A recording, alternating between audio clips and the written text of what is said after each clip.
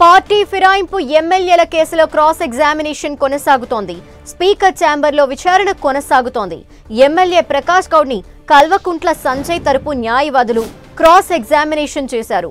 ప్రస్తుతం కాల యాదయ్యని పిటిషన్ తరపు న్యాయవాదులు విచారిస్తున్నారు. ఇది పూర్తయిన తర్వాత ఎమ్మెల్యేలు బండ్ల కృష్ణమోహన్ రెడ్డి, గూడెం మహిపాల్ రెడ్డిలని పిటిషన్ తరపు న్యాయవాదులు క్రాస్ ఎగ్జామినేషన్ చేయనున్నారు. ఇవాల్టితో తొలి దఫా విచారణ కార్యక్రమం ముగియబోతోంది. తదుపరి దసరా పండుగ తర్వాత మరికొంతమంది ఫిరాయింపు ఎమ్మెల్యేలని స్పీకర్ ట్రిబ్యునల్ హోదాలో పిలిచే అవకాశం ఉంది. మరిన్ని వివరాలు మా ప్రతినిధి ప్రతాప్ అందిస్తారు. ప్రతాప్.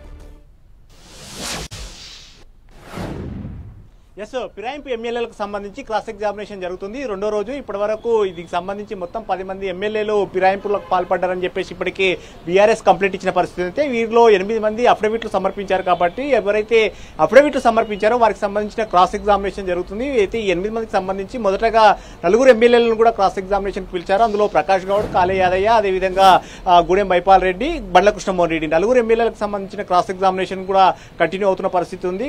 గతంలో మొన్న ఇప్పటికే వీరికి సంబంధించి మొదటి రోజు క్రాస్ ఎగ్జామినేషన్ జరిగింది. ఇప్పుడు రెండో రోజు కూడా క్రాస్ ఎగ్జామినేషన్ జరుగుతుంది. ఇప్పుడు ఈ రోజు జరిగే క్రాస్ ఎగ్జామినేషన్ లో ఎవరైతే పిటిషన్ వేశారో ఆ పిటిషన్ వేసిన తరపు అడ్వకేట్లు ఇప్పుడు ఎవరైతే ఫిరాయింపులకు పాల్పడ్డారని చెప్పేసి ఆరోపణలు ఎదుర్కొంటున్న ఎమ్మెల్యేలు క్రాస్ ఎగ్జామినేషన్ చేస్తున్నారు. అందులో భాగంగా ఇప్పుడైతే ఇప్పటివరకు ప్రకాష్ గౌడ్ క్రాస్ ఎగ్జామినేషన్ ముగిసింది. ఇప్పుడు present కాళే Yadaiah, Chevella MLA కాళే Yadaiah cross examination జరుగుతుంది.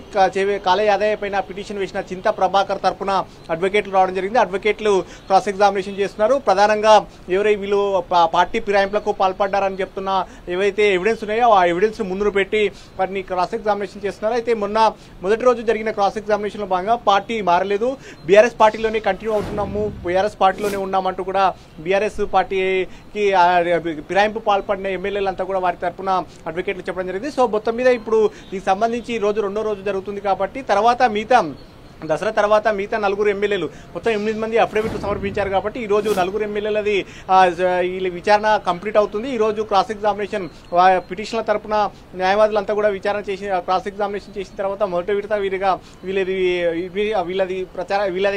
వీళ్ళది కంప్లీట్ అవుతుంది. తర్వాత నెక్స్ట్ మిగతా 4కి సంబంధించిన క్రాస్ ఎగ్జామినేషన్ జరగబోతుంది. ఆ 4కి జరిగిన తర్వాత మిగతా 2 ఎవరైతే దానం నాగేందర్ కానీ అదేవిధంగా కడియం శ్రీ గారు వీరిద్దరైతే ఇప్పటివరకు అఫిడవిట్లు సమర్పించలేదు. కాబట్టి వీరి విషయంలో స్పీకర్ ఎలాంటి నిర్ణయం తీసుకుంటారనేది చూడాలి. అయితే ప్రజెంట్ అయితే స్పీకర్ ఆధ్వర్యంలోనే క్రాస్ ఎగ్జామినేషన్ జరుగుతుంది. కాబట్టి వీరి విషయంలో సుప్రీంకోర్టు ఇప్పటివరకే 3 నెలల్లో ఒక నిర్ణయం తీసుకోవాలని చెప్పింది. కాబట్టి క్రాస్ ఎగ్జామినేషన్ తర్వాత స్పీకర్ ఫిరాయింపు ఎమ్మెల్యేల విషయంలో ఒక నిర్ణయం తీసుకునే అవకాశం ఉంటుంది. Dhanalakshmi. Okay, thank you Pratap.